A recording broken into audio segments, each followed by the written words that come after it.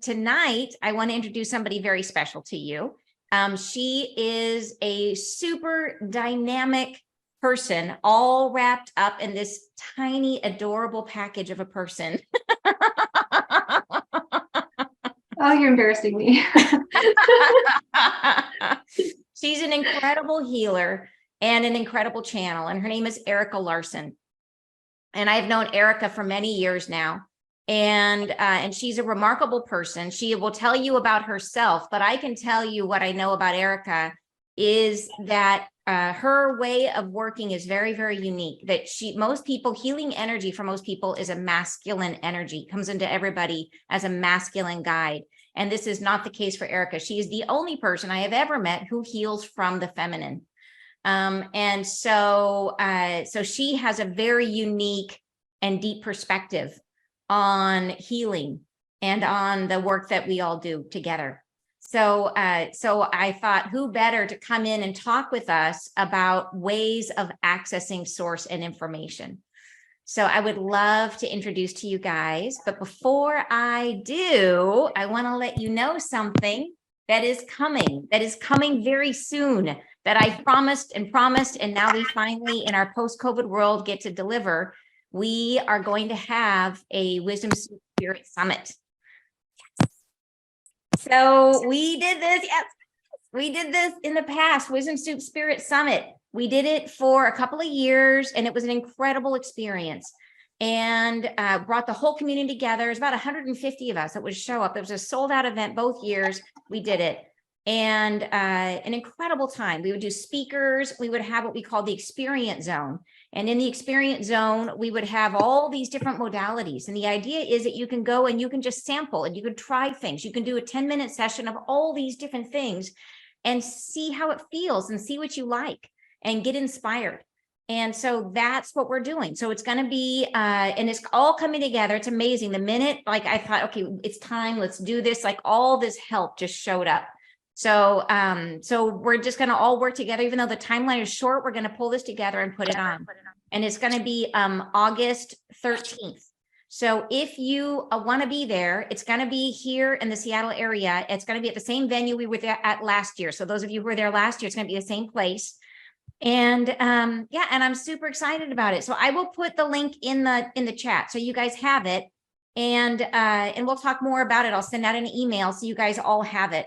But it is going to be a really good time. And sure enough, Erika is going to be there. So if you want to meet her in person, and several others of you are going to be there as well. I'm looking around at many of you are going to be there. So yeah, it's going to be. Yeah, I got the ticket, so it's live. Woohoo! Yeah, it's live today. I literally moments ago just made it live on Eventbrite. So anyway, so it's going to be a lot of fun, and we're going to reach out to many members of our community to help. This is a community event. We all put this on together. So there will be healers from our community, such as Molly is here. She's going to be. Molly, say hi. Wait, unmute. Oh, you're muted, Molly. I am so excited. I got to participate in the last couple of them, and they are so over the top wonderful. So glad to get to do it again. So Molly is a super powerful bioenergy healer. So when if you get able to see spirit, what the guide that comes in behind Molly is like massive. So she's an amazing healer. And we've got Wendy Rose Williams is going to be there. She's going to be sharing, Wendy focuses on past life regression. She's going to be sharing her books, which is going to be amazing. So say hello, Wendy. We're going to have, so anyways, lots and lots of us are going to be, everyone. Yeah, lots of us will be participating. So anyways, I'm just getting it rolling now, but, and the beginnings are forming, but I wanted to get it out there and let you guys know. And I will put the link in the chat. Let's see if I can find it here. And I'll do that as we get rolling. But in the meantime, I would love to introduce you to the amazing Erika Larson. So here she is. And let me go ahead and bring you into the spotlight. There you go. Welcome, Erika. Wow. Hi, everyone. I see so many people, so many friendly faces. What was that? You are just so incredibly beautiful. Wow. Oh, thank you. I did put on makeup today. I was like, oh, I'm going to be on. I got dressed, guys. I got dressed. I'm not in yoga clothes. You look adorable. When you work at home alone, like what's the point, you know? Exactly. So, anyway, thank you. So as Annan said, like I am a trance angel healer. I go up as high as I can and connect in with angels, and I heal clients through trance channeling. It didn't start there though.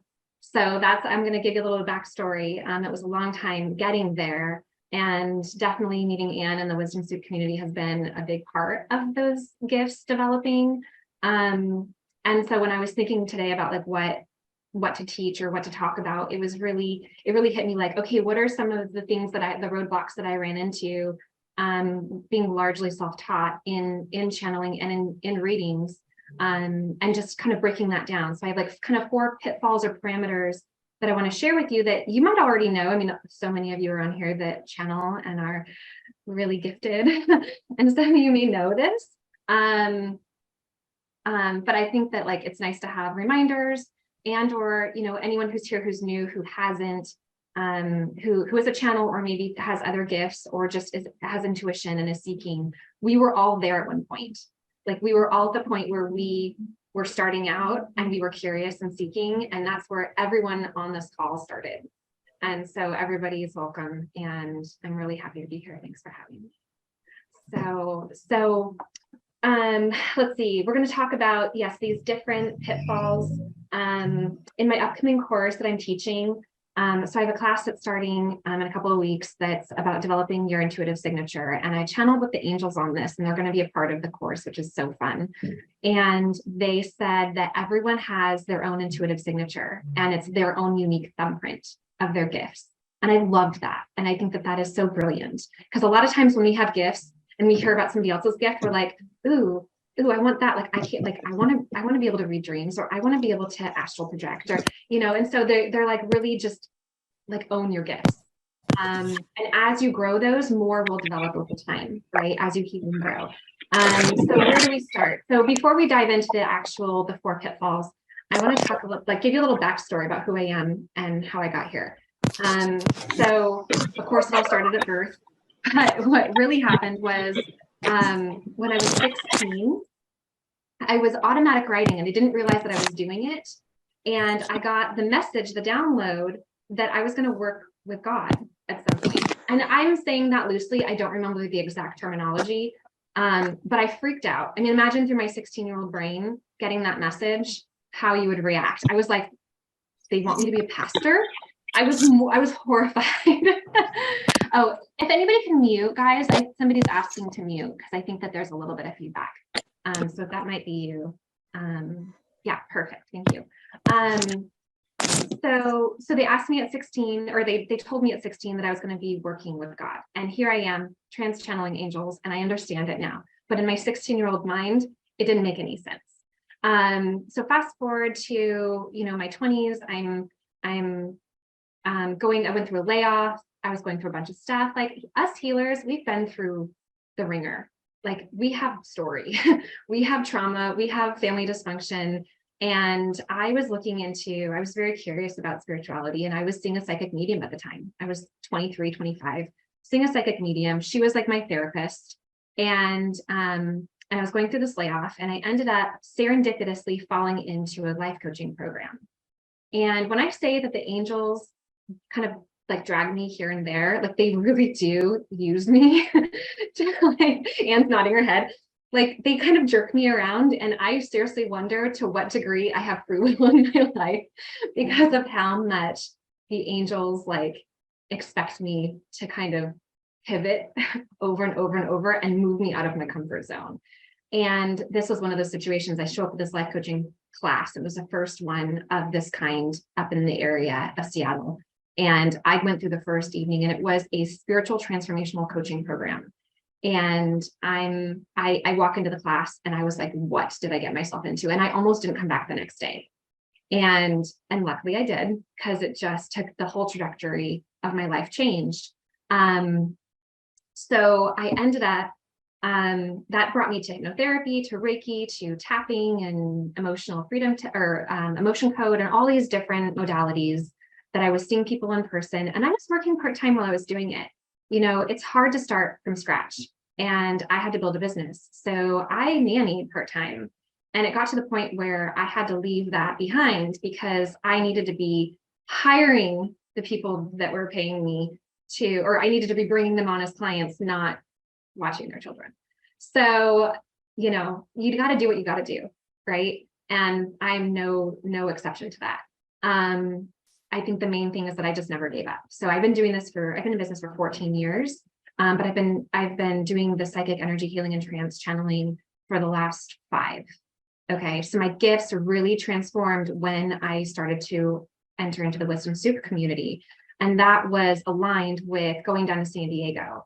And when you can't channel for yourself, when you can't get messages for yourself, I pulled this out a number of times. I've pulled it out for leaving a job, for breaking up and leaving a relationship, for moving my life to another state. So when I couldn't get information on myself, like I needed serious guidance, I would pull this out. And so I was at this event, and I'll explain it in a second.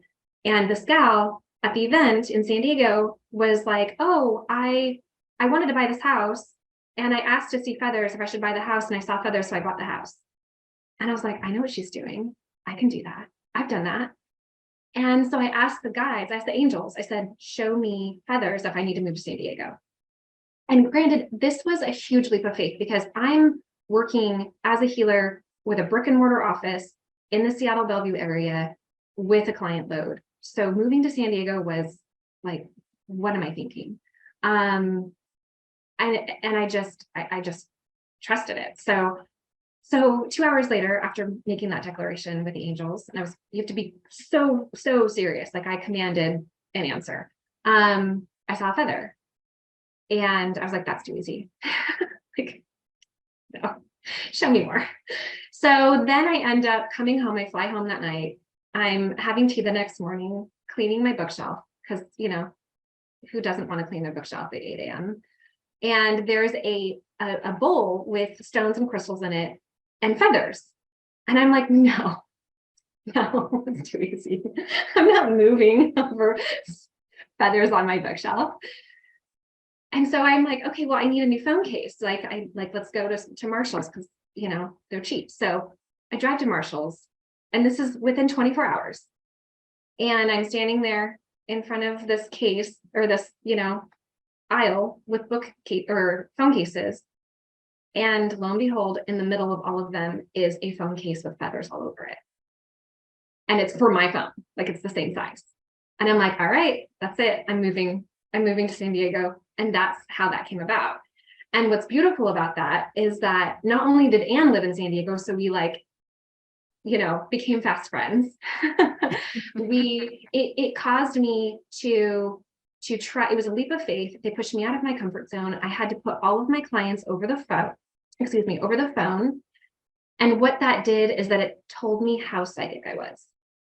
And I started to realize how in tune I was with their energy when I wasn't distracted by their physical body. And that's when I started doing psychic energy healing. And I realized through working with Anne that she was a projector. She would project in, and she would, do sessions, we would trade. And I was like, oh, I know what she's doing. And I turned around and I just did it on the next client. And it was really cool. I had this session where this client, I was like, you have something at your back. Like I kept seeing, like a sack of sugar. I was like, I kept seeing the sack at her back. And I was like, but it's like a sandbag. Like it's a sandbag. I keep getting the sand. And at the end of the session, she sends me a picture of this rice pack that you put and you heat up. And she was leaning against it, and it was covered. The fabric that was wrapping it up was crab on a beach. Like it was sand with crabs. And I was like, oh, like that's real. That just happened. And it just evolved and evolved and evolved from there. Until I joined the Circle of 12. And what I had been doing is I had been connecting into clients laterally. So I had been reading through their field. So I would get pain, I'd get a headache, I would get, if they had a headache, I'd get neck pain, I'd get shoulder, like if they had anything going on in their body, I would know about it and I would be suffering with it in session. And as I was clearing them, I found a workaround. I was clearing them through my body. So my eyes would water, my nose would run, I would yawn. If I was working on their stomach or solar plexus, I would end up burping. And I'd be like, I'm so sorry. Like, this isn't me. This is your energy. and so it was really taxing on my system. And so when I joined the Circle of 12, my first one-on-one with Anne, and the angels, they kind of slapped my hand with a feather, of course, because it was gentle. And they said, you have to stop and you need to start channeling. And I already knew that I could channel because it'd shown up in my dreams through Michael Sheridan reading them. And I had been channeling in previously this group of off-earth high vibrational guides called the Illuminaries. They've introduced themselves to me as the Illuminaries. And so when I moved down to San Diego, I was already kind of like, I'd been communicating with them. And I loved working with them. They're amazing. But I stopped doing that so that I could focus on this one gift and working with my clients. Because you have to, when you're really honing a new gift, you have to focus on that and just build that. And the other ones kind of get muted. Do you know what I mean? So anyway, so I had to literally overnight, they're like, the angels had told me in that session with Anne, you need to channel. You need to channel us and healing. And I had to turn around the next day because I had clients and I had to just connect and trust. And I was terrified. And so I learned a lot. Like, if anything, like it was, I've been self-taught. I have taken classes, obviously, I'm trained. But it really is a process of understanding what you're connecting into. I have a lot of different gifts and a lot of different ways of reading energy. And so when I am working with people, I have these checkpoints of like, okay, am I connecting into their frequency or like their field, or am I connecting into their crown, or am I connecting in with angels? Where am I getting the information from? And then how am I getting the information? So that's what we're going to dive into today. So it's to point out, like, I just want to take a moment and pause and just really shine a light on how much of your journey has been where it was almost like they said, okay, great, you're nice and comfy. Now we're going to shake it up and make you do something totally different. And it's like, yeah, great, okay, you're nice and comfy. You have this whole practice. You've got your brick and mortar practice. And they're like, great, now you have to leave it. You have to go and do something else. You have to move to a new city. You have to start working remotely, and how that then expanded you. And, yes, and how they gave you the reassurance that you needed, but even so, it was still a huge leap of trust, which I think is such a wonderful thing, is when we listen to those nudges, how each time you did, you expanded. Like you expanded from working, like by letting go of the brick and mortar, your intuition and your willingness to work psychically grew, right?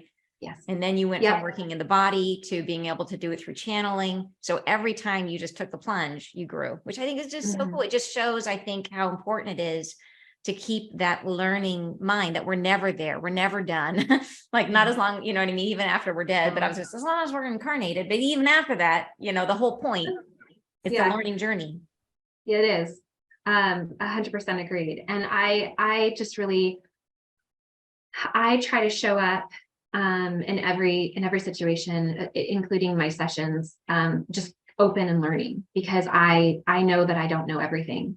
And if I am open and constantly evolving, then there's new things on the horizon, and there's new ways that I can help people, or there's new information to come in, there's new gifts, there's new tools, and I just find that to be fun. I like to live in that kind of mystery, instead of just staying in one lane. And there's nothing wrong with staying in one lane, but for me, I'm like a catalyst. Like there's change in my frequencies. So there's, like I'm constantly changing, and so is my work.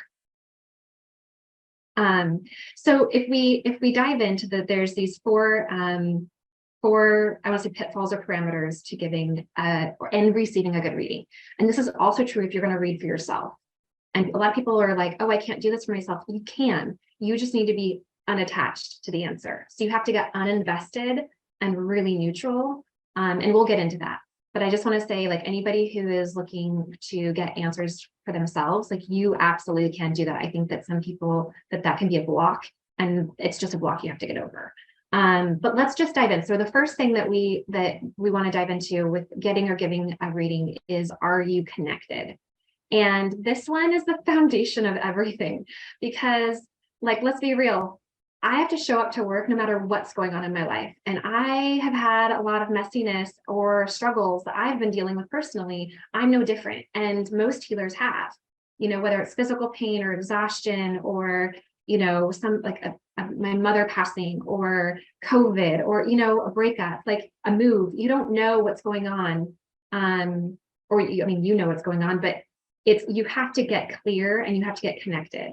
And when you're receiving a reading from someone, being discerning, because who here, I don't know how many people have their, how I could see, let's see if we can change the view really quick. Who here has had a bad reading? Like it was inaccurate? Yeah. Yeah. Who here has given a bad reading? Let's be honest. We're not always connected, right? So, are you tired? Are you in a negative space? Do you have something going on? And so I make a really good point to get grounded, get connected, and really move all of my stuff behind me. And I feel myself again. And if I don't do that, then I have to do that in the session in real time. And it's a pain in the butt. So I always set space and I make sure that I'm really clear. Now, this is an intentional space setting. This is an intentional connection. There's spontaneous readings as well. And like, if you want to have a spontaneous reading, like have lunch with me, because I'll get downloads just by being in your field. Like this has happened so many times recently where I'm just at lunch with someone. I see me smiling and there's just like, it's just like coming in, and that's super fun and that's organic. And I love that. But when you're actually trying to connect and do an intentional reading, like there are steps to take. And so checking to make sure that you're actually connected, or the person that is reading you is, and just having that discernment and really kind of checking your internal guidance to whether or not what they're saying is resonating with you. And I have to say a caveat: if it is too good to be true, if the reading is so much for what you want to hear, it might not be accurate. Like sometimes, they might be reading your desires, and that gets us into the next step. So the next parameter is, before you leave your last point, I wanted to mention that I remember one time I had a session with a guy and he showed up to the session late, and he showed up and you could tell he was discombobulated, and I've had that happen actually a couple times. It happened with one time when I went in for a session with a woman, and she was going through papers, trying to find my chart and trying to do this, and they were not grounded. And this was really clear. Like if somebody is not there, right? I think that's what you're talking about, right? If they're not, you can feel if they're not rooted, if they feel distracted, or if they feel hurried or whatever. Wouldn't you say? Yes. Yeah. And it too. Like I know it, and I have to really connect in, and I'll tell clients, I'm like, hold on, let me get, like, especially if we're talking about something and we're just in dialogue, I'll stop what I'm doing and I'll be like, hold that thought, let me get clear and let me connect, and then let's read on this from a different space, because I'm also a coach. Like I do talk in my sessions. So there's a lot of, for me, I connect in and then I come out and I talk, and I connect in and I come out and talk. And I think you stay connected and you're fully connected the whole time. Like you have a different yeah, correct. Okay. So everybody has a different way that they connect, and knowing which way you connect is really is helpful, because it's not wrong. It's just your style. Yeah. So I love that. Thank you for sharing that, Anne.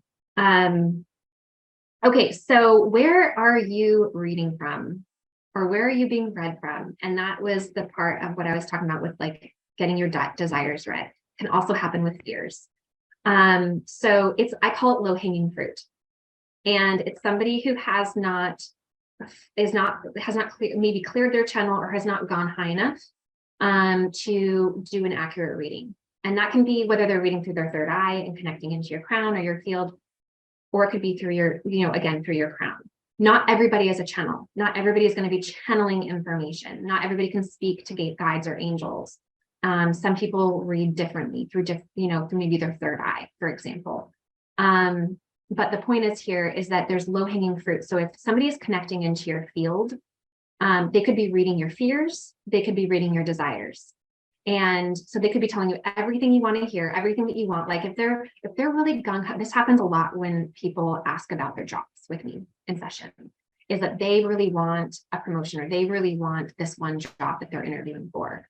And I have to be very cognizant because of how I used to work with psychic energy healing and being very connected into their field, that I go up, that I have them distract themselves, and that I go high and I open up the energy of the situation and I read it. And it's very different than if I'm reading their thoughts and feelings about the interview, about the job, because they're going to be excited about it and they're going to want it. Yeah. And I'm going to be telling them that that's what's coming. And I'm not actually reading the accurate information. Does that make sense? That is such a great distinction about when it is something they're invested in. And I love your approach to go above and to read it from, because I have had that happen to me in readings. I remember years ago, before even, it was a long time ago, I remember hiring somebody for a reading, and I knew as she was reading for me that she was reading my fears, and I knew they were irrational. That was what the crazy thing is. I recognized them. Oh yes, those are my irrational fears that she's now sharing with me. And I was so fascinated by it that I let her do the reading. And then I waited a couple months and I did it again to see if she'd do it again. And she did it again. So it was fast, but so I absolutely resonate with what you're talking about and have experienced that and been really amazed by it. But yeah, but your technique that's a great strategy to cope with that. I have another example of when I was working with somebody, and she'd been in a fight with her husband, and she was very charged about it. And I could feel, it was almost like her energy was so strong, I couldn't see past it. And so I had to have her distract herself. And I learned this from Anne, where because a lot of times when we work together, you're like, you need to count backwards because you're blocking, like you're too involved in what's happening. And so I've used that with certain people, and I'll have them count backwards. I'll have them distract themselves.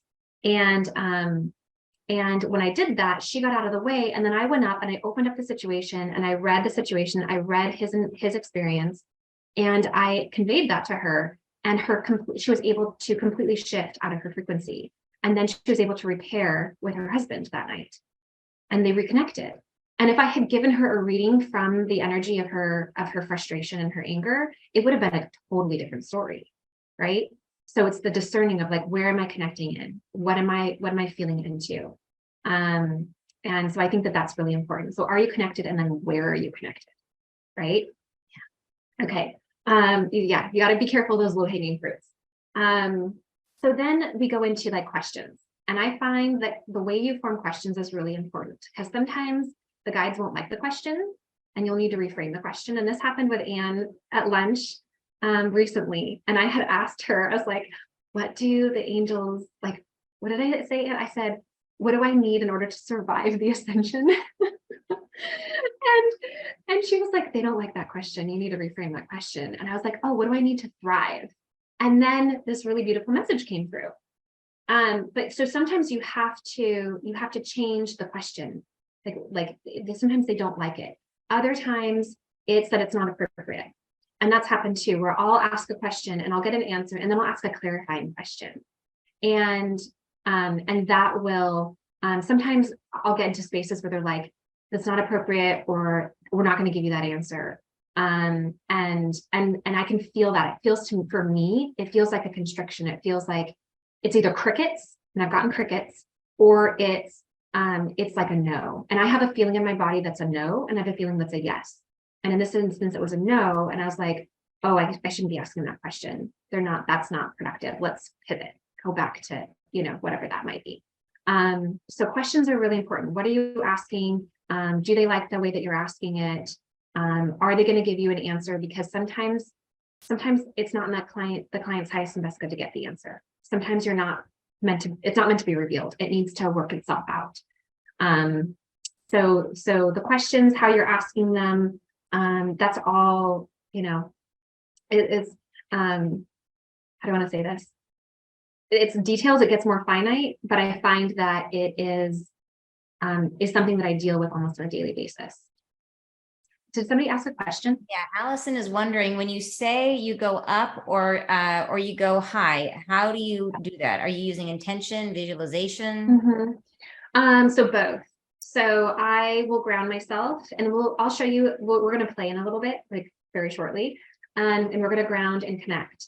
And when I connect into the higher self, and then I go all the way up to my angels and I call them in, and I can feel different. I have discernment of what I'm connecting into. So for my higher self and my guardian angels and healing angels, I'm going directly up my center line. When I am channeling the luminaries, it comes in over here.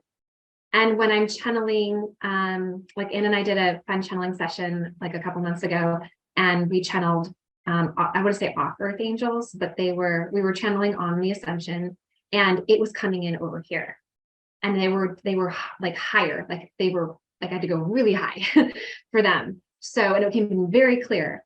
So I'm connecting through different ways, but I'm going up through my higher self and then into whatever angels or light beings I'm trying to channel, which is different than if you're reading through your third eye, right? Or if you're reading in like if I'm laterally feeling into somebody's field, like those are all different areas. Would you say, Erika, would you say for her that, because she's saying like in a situation where she's trying to get out of somebody, like accidentally reading someone's field, like accidentally reading their fears or reading their desires, where would you tell her to go from that perspective? Because it doesn't necessarily have to be all the way up for that, right? Where would you tell her to go for that? Yeah, so you can play with it and see what works for you, but I would have the person distract themselves just to get them out of the way. And then I would connect back in with your guardian angel. You can do that, like go up to your higher self and your guardian angel. That's one way. Or you can connect into your higher self and then open up their crown, like their higher self. Does that make sense? And these are through intentions. So you can visualize it and you can intend it. All energy work is intention based. So when you're setting that intention and connecting into that energy, you are sending your frequency, and there's a connection point happening there. That's how powerful your intentions are.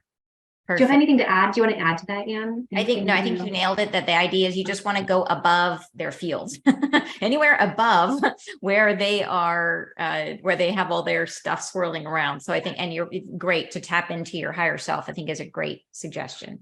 Yeah. Yeah. Was that the only question? Yes. And if anybody does have questions, please pop them into the chat. Okay. And then I think the final one, so are you connected? Where are you connecting from? And then the questions. And then the final one is, are you attached to the answer? So getting really, really neutral. This is especially true if you're reading on yourself, because you just need to be unbiased. You need to be uninvested in the answer. And I find that easiest when I'm actually channeling. But you want to do the same thing if you're energy testing, if you're muscle testing, if you're getting like a yes or no response, like a physical somatic yes, no response, you want to be really neutral. Because otherwise you are influencing the answer. So you want to be unattached. If you're giving a reading, you want to make sure you're not in a performative state, meaning you don't want to give a good reading. And this is something that I have personally had to, absolutely, I'll list it at the end of the website or at the end of the talk for sure. I have, what was I saying? I lost my train of thought. Where was I? I was reading the question. I know, so was I. Yeah. We're talking about otherwise you're influencing your reading. Thank you. Thank you, Randy. Yes, if you're invested in it. Yeah. Yes. Invested in it. Yes. Thank you guys. Thank you. So when you're invested in the reading, you're not giving an accurate reading. That's most likely. You want it, it's like a people pleasing or a codependent nature. I am totally guilty of it. I really have to work on that because I want to make people happy. Yes. But there's messages that we're receiving that are really important. Cameron's laughing. There's messages that are really important that you need to be sharing. If you're getting downloads that they are going to get laid off, and this has happened, it could be that client is, or that person is going to have a total shift in their life. They could end up moving. They could end up completely changing their career. They could end up developing their gifts. So even though that layoff might be a scary or that they need to leave their job, that might be a scary message to them. It could be the best thing for their future, right? It could be aligning them with their path. So we really want to check in and make sure that we're not trying to give a good reading, or that the person giving us a reading isn't trying to give us a good reading. Like, it's okay. Sometimes those hard truths, while it's not the easiest thing to give a challenging message, right? Like, it takes practice and it does get easier. You just find ways to finesse the answer, right? So if you're getting the message that maybe somebody might be passing, then you can deliver that softly. You can say, maybe you need to spend extra time with this person. Please reach out. Like, maybe they're getting tired. They might, there might be a transition coming soon. You can soften it and give that gently. And if that gives them time with that person, then you've done a service, right? So the message itself might be hard, but what you're giving them is time and connection. So really understanding that, like, when you're given a message, to give the message, right? And if you're biased, if you're connected into needing to give a good reading, or give them what they want to hear, that's where I get hung up. It's like, I want to tell you what you want to hear. Like, I want to make you happy. And I really have to keep that in check, because what might make them happy might not actually be what's best for them. And their angels might be, and their guides might be trying to shepherd them in another way, right? Mm-hmm. Okay, so that's the fourth point. So any questions before Tracy? Yeah, there is a question here. How would you tell the difference between connecting with true guides and angels versus connecting with the false light or the demiurge? The demi what? Well, false light. So connecting with something that's false not light. Yeah. Oh, well, I deal with entities a lot, for example, and they have a much different frequency than angels and guides. So when even when someone's like parent comes through, and it was really interesting. The most recent time that happened, the angels, I was channeling the angels, and they were connecting with the parent, and then I was speaking. It was almost in a third person perspective, and even that frequency was different. So as you channel, as you connect, you will start to, you can feel the vibrational difference. I can feel the vibrational difference. I know when I'm connected into something that is in the light, and I make sure to set space and to pray that in. I never connect into anything unless it's somebody's parent that's passed away. Some people ask me, but like sometimes someone's like, well, what's that entity? And or what happened to that entity? And I hate that question. I don't really want to know what happened to that entity. I just want it gone, right? So those frequencies are something that I don't open up on I just don't entertain it.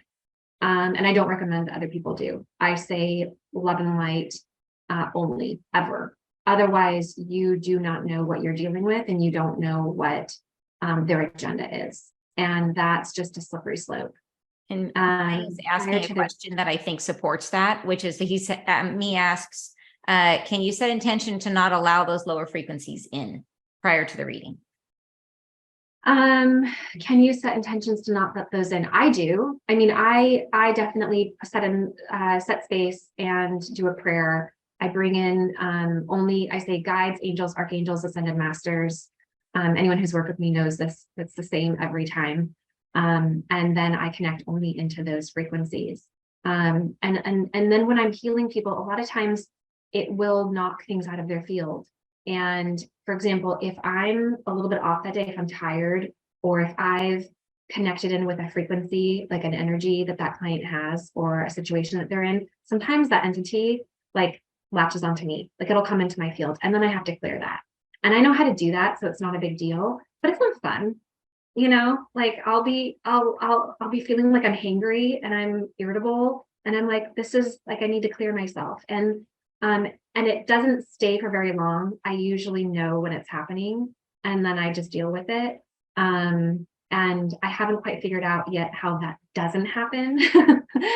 Protections are great, but that's a whole nother, conversation. Like we should have a whole talk on And protections. thank you for bringing that up, because I think it does help to destigmatize the whole thing about entities, that anybody can get an entity, that it's not, it's like catching a cold, right? And Yeah. even Olympic athletes get colds. You know what I mean? Like it's not it doesn't say anything negative about a person that's an entity stuck onto them, and it's nothing to be afraid of, that it's easy to get rid of an entity.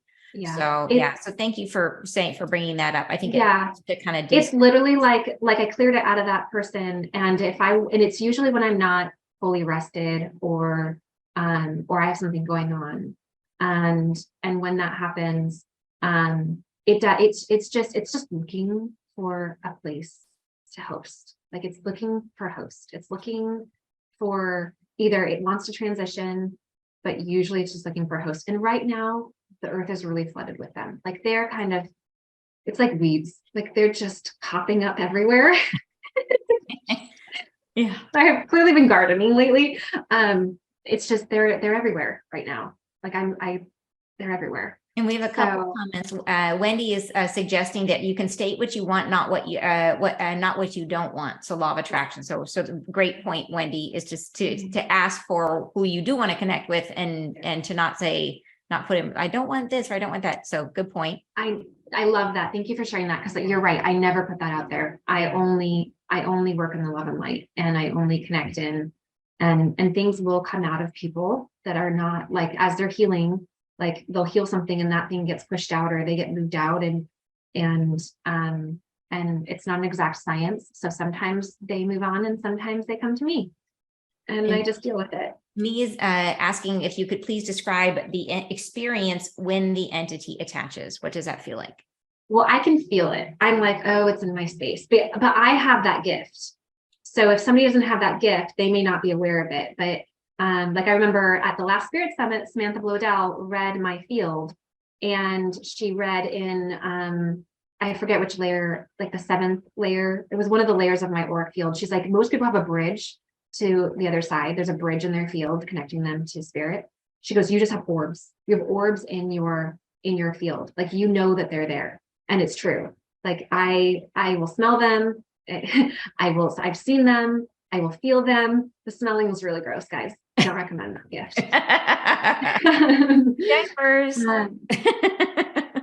Yeah, Wendy's right. You feel off. You feel irritable. Like irritable is the number one thing that I feel when there's an entity. I feel tense and irritable.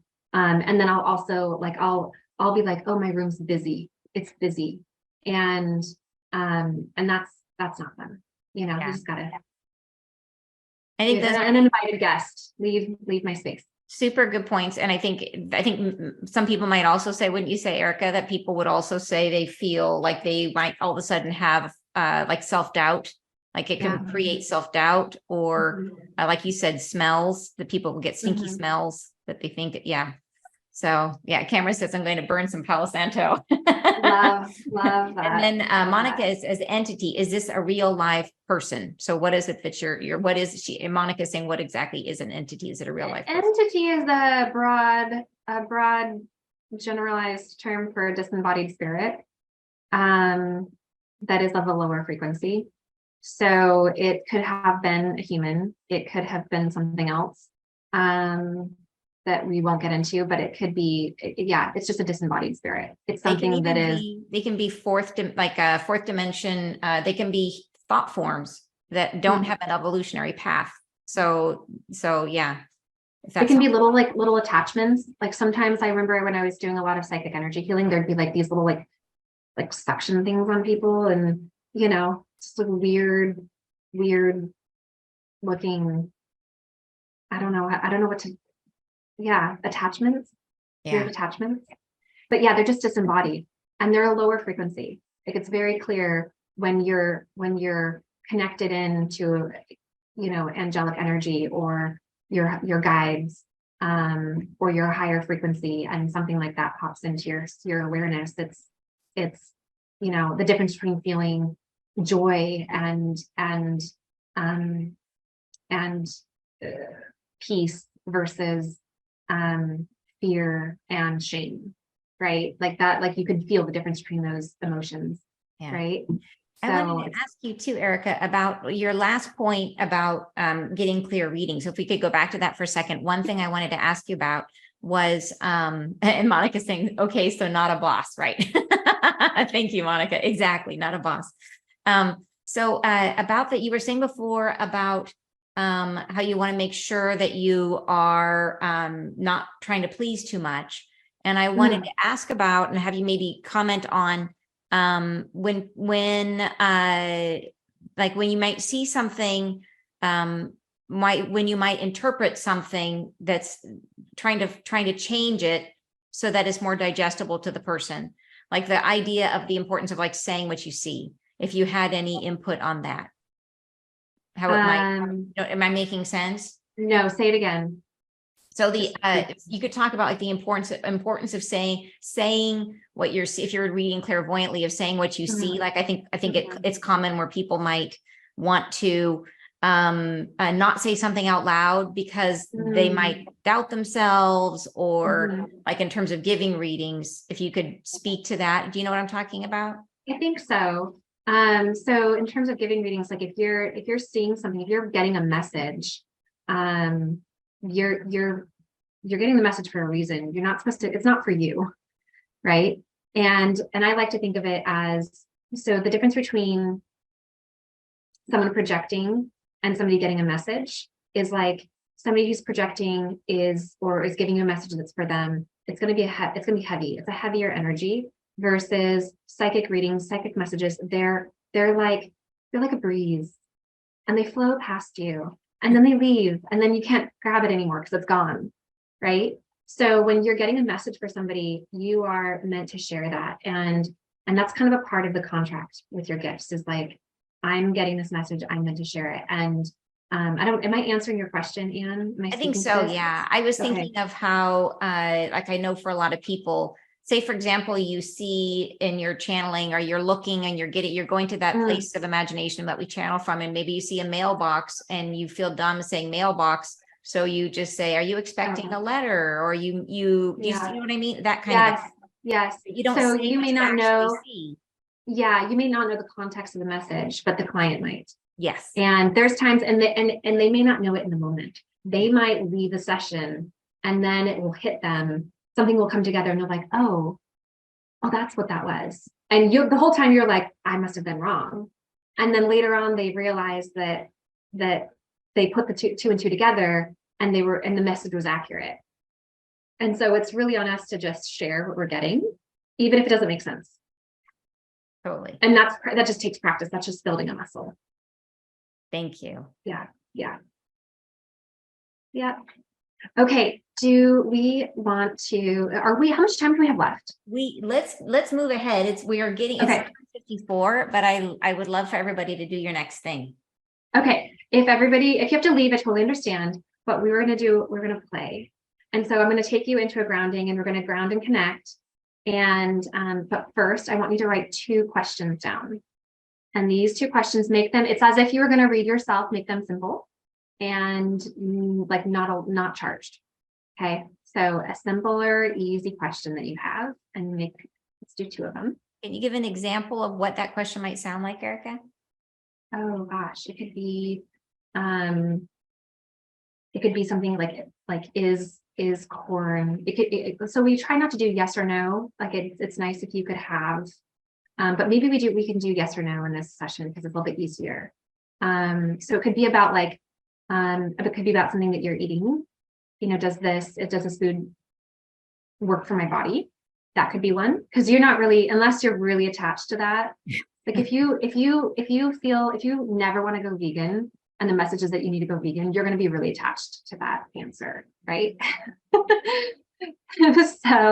that's an example. Like it's just something simple. Okay, it could be about plans. It could be about, I don't know, Anne, do you have an example? I mean, if you really want to go simple, it could be like, should I mow the lawn on Tuesday? Or it could be something a little bit more meaty, like what? Like, should I go on vacation next month? Or I don't like the shoulds. Oh, yes. That's just my preference. Yeah, I don't like the shoulds because what is it about the shoulds?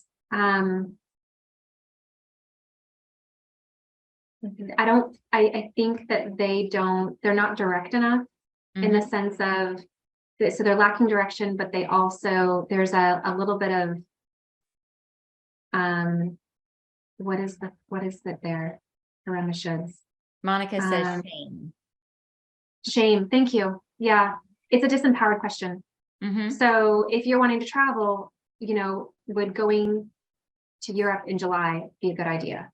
Yeah. Like, is that an option for me? Like, that's a better question. But reframing of that question. Reframing it. Yeah. Yeah. Just I take like the that. should out. Mhm. Yeah. That's great. That's great. Okay. Okay. Any other tips or thoughts as people frame their questions? Just simple, non-attached. I know I threw a lot at everybody, so If anybody has questions about their questions, put them in the chat. And I think people are looking up. We look like we're ready. You guys ready? What's the next step, Erika? okay. So then I'm going to take us through a little grounding and connecting exercise. And then we're going to play. So I don't know how to get that back out. So let's go ahead. Everybody put maybe your pen aside and your paper and just get comfortable for a moment. And we're going to get clear and connected. If you're done with your, I see a couple people still writing. We'll just take one more moment.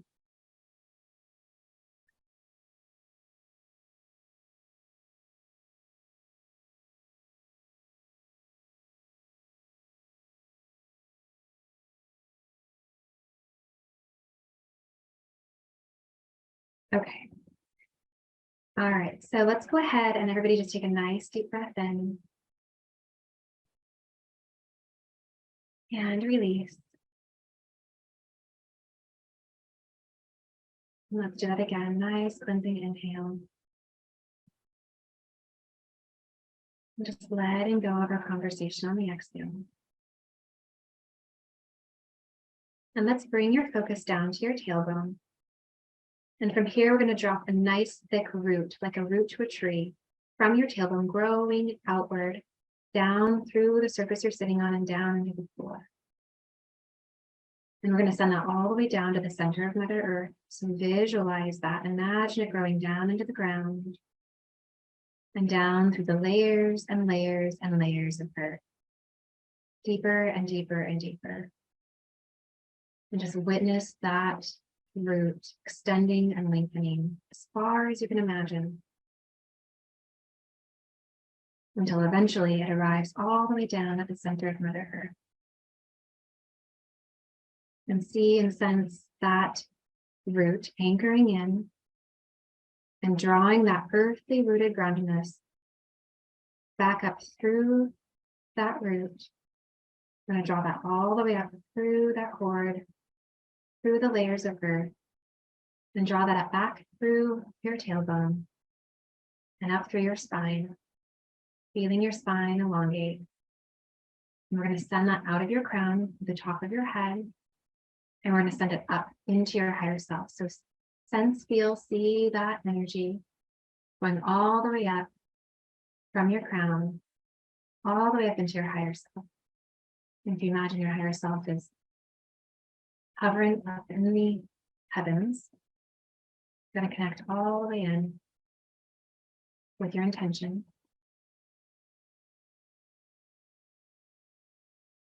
And there you go. So you're grounded and connected and balanced above and below.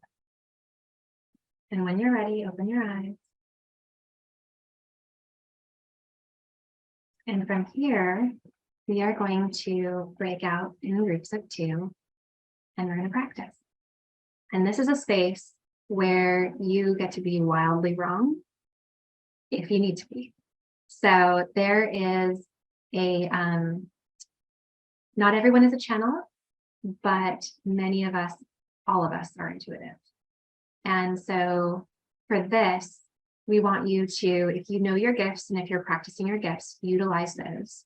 If you are beginning and you are intuitive, just imagine opening your field, and we can do that really quickly. So if you close your eyes and you just imagine opening your field, and your field is, let's say, 4 or 5 feet around you in every direction.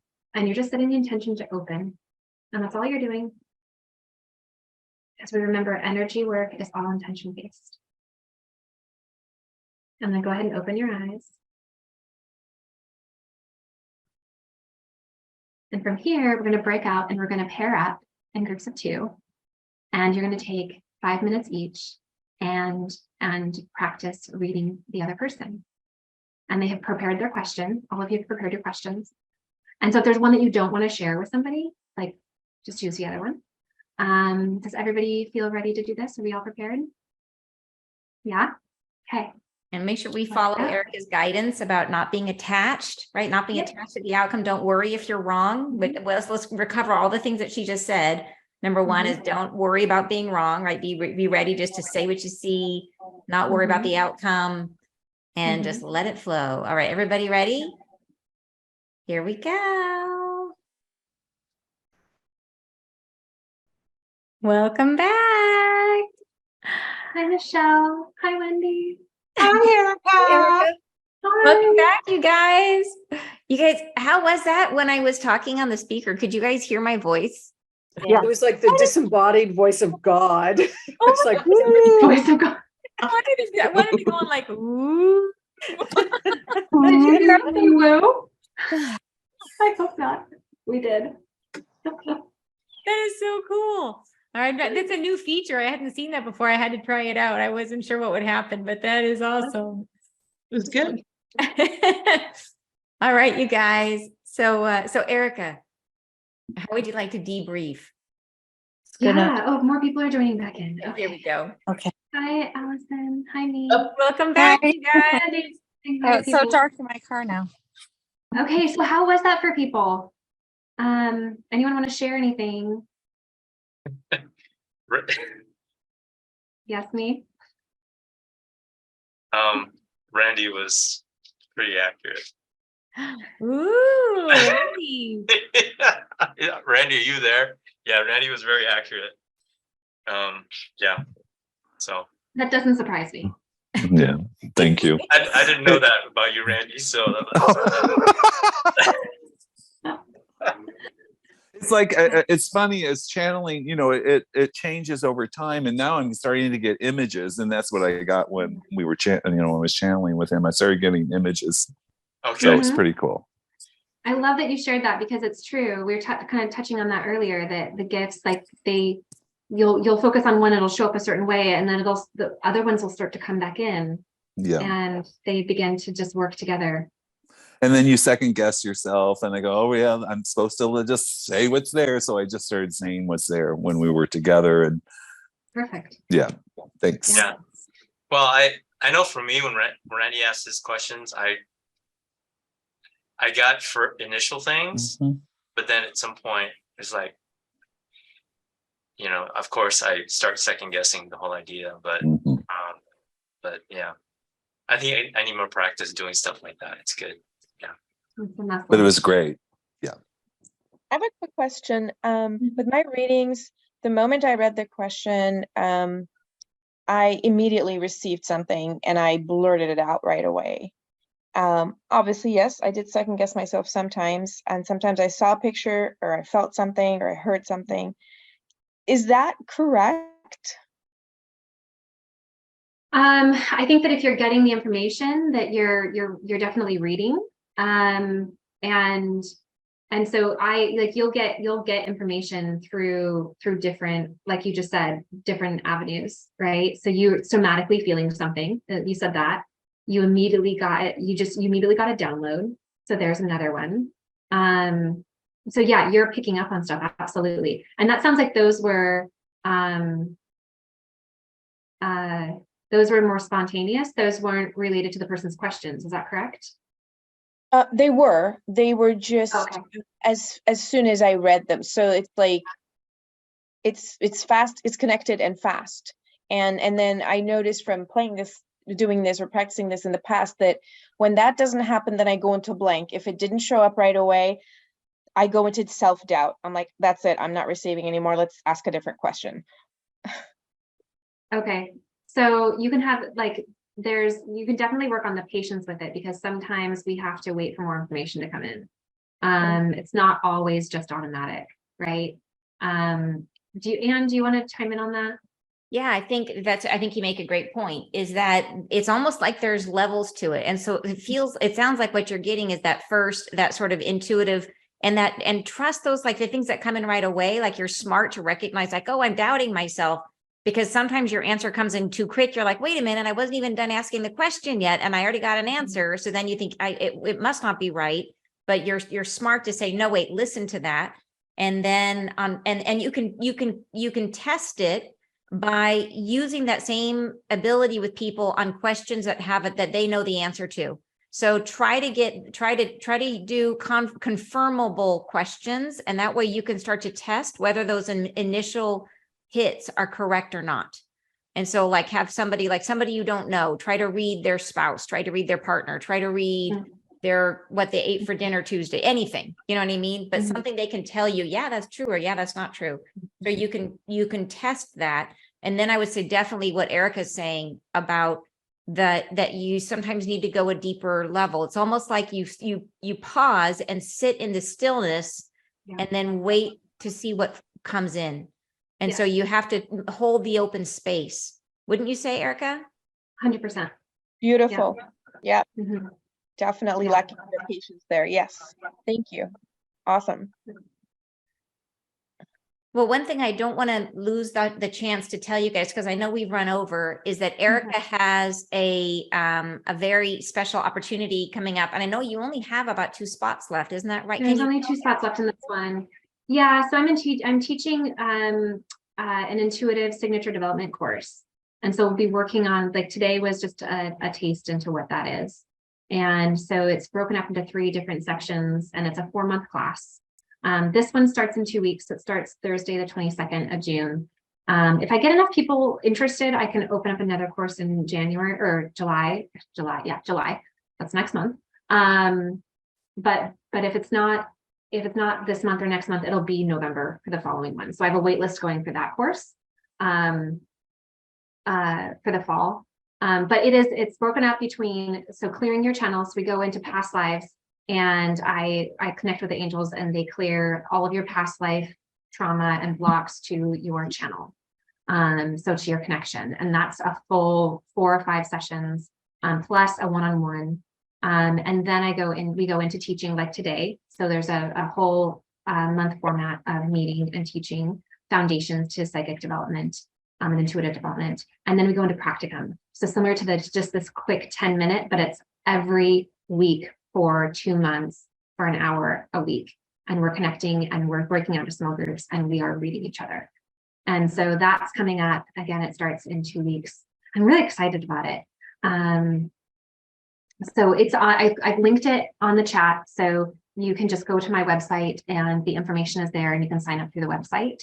And then if it fills up and I get more people interested, I can reach out, and if we get another group of 6, because there's only 6 spots available in each class, then we can open up another course in July.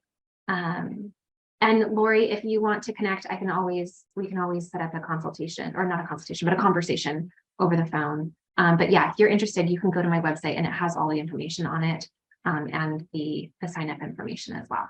And I'll put her website right here in the chat. So it's the last comment in the chat right now is her website. So you guys can check it out. Yeah. And that starts in 2 weeks. Is that right? And you'll be doing. It starts in 2 weeks. Yes. Yeah. Super cool. Yeah. Yeah. Super cool. And don't forget, again, if you guys want to join us for the Spirit Summit, Erika will be there as well. And that's on Eventbrite. So, and that link is in the chat too. So I will be putting out more information about that. I literally just put it up right before today's event. So I'll put that now on the bottom of the chat as well. So you guys can find it if you want to find out more about what the Spirit Summit is all about. So That'd be great. That's a great event. Want to share any more of their experience about what happened when you guys were in your pairs? Wendy? I will. I was with Cassandra, and I asked a question of what to do about my technology, because I'm feeling some frustration with it. And she just connected so naturally and so well. And she immediately said, AI, I'm hearing AI for you, artificial intelligence. Well, wasn't it just about 3 hours ago today? I tried to do MailChimp the way I've done it before and just use a template and overtype it. And what came up was the option was to use AI. And I was like, really? So I clicked on it kind of grudgingly because I felt like it was slowing me down, but I know it's going to be a good thing. It'll give more metrics, but she nailed it. She said AI. I mean, it was literally a couple hours ago today. That is so Love awesome. it. We I have love it. so many super psychic people in this group. It's so cool. There are. Yeah.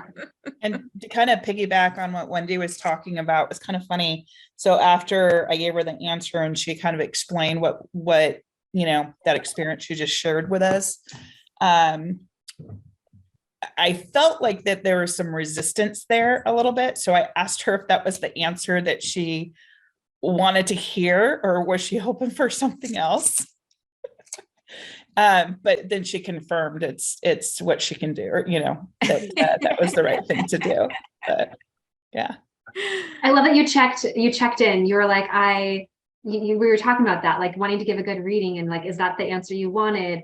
But you were aware that that was where your mind was going because of the feeling that you're having from her. Yeah. And it wasn't necessarily, I wasn't asking it for the benefit of, did I do well? It was more that I could feel her resistance. Yeah. So, and that's why I asked the question, is that what you wanted to hear? Because I knew, yeah. So it was kind of. Wendy just wanted to slam it out the same Yeah. way she's been doing it for 3 years. That was the Resistant to change. Yeah, and it was kind of fun in my experience with my question to Wendy. So Wendy and I had just been working together. So it was funny that we were just put into the chat.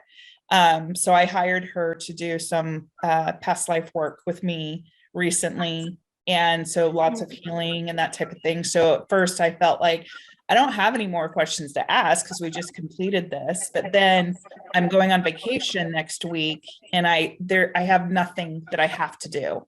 So I wanted to know how to best utilize my time in the aspect of like bringing in more joy. So she was able to kind of tap into that very well, you know, but yeah. Well, you guys, thank you so much. Thank you so much, Erika, for preparing this for us and sharing so much of your really hard-earned wisdom. Like I am very aware that you have come through all of your awareness through your own process, not only of healing, but of working, of being out there in the trenches, doing the work and learning as you go. And that's like, there's so much that we can all, you know, in terms of sharing that with all of us is so beneficial. And we're so appreciative. So thank you so much for doing this for us. Thanks for having me. It was so lovely to see all of your faces and connect and share. Like, you're all brilliant. And thank you. Like, this was a joy night. All right, you guys, thank you so much for coming. And I will have the recording up in the Wisdom Soup YouTube channel. And then if you have questions, like I said, you've got Erika's website, and there's also the Wisdom Soup is April 13th. April? Sorry, thank you. You know me, I could be in 220. I could be, I don't even know what year it is. So, and in August, they both start with the same letter. August of this year, on the 13th. This is what happens when you channel a lot. I get Swiss cheese brain. I did it with January and July earlier. So. Oh my gosh, I'm a disaster. Yes, August 13th, Sunday. And it's going to be awesome. So I'll post the stuff. If you have questions, just send me a message. But I love to see you guys there. And thank you so much for joining us tonight. Sending you guys lots of love, and we will see you next Wisdom Soup next month, second Thursday of the month. Bye-bye, you guys. Thank you. Bye. Bye.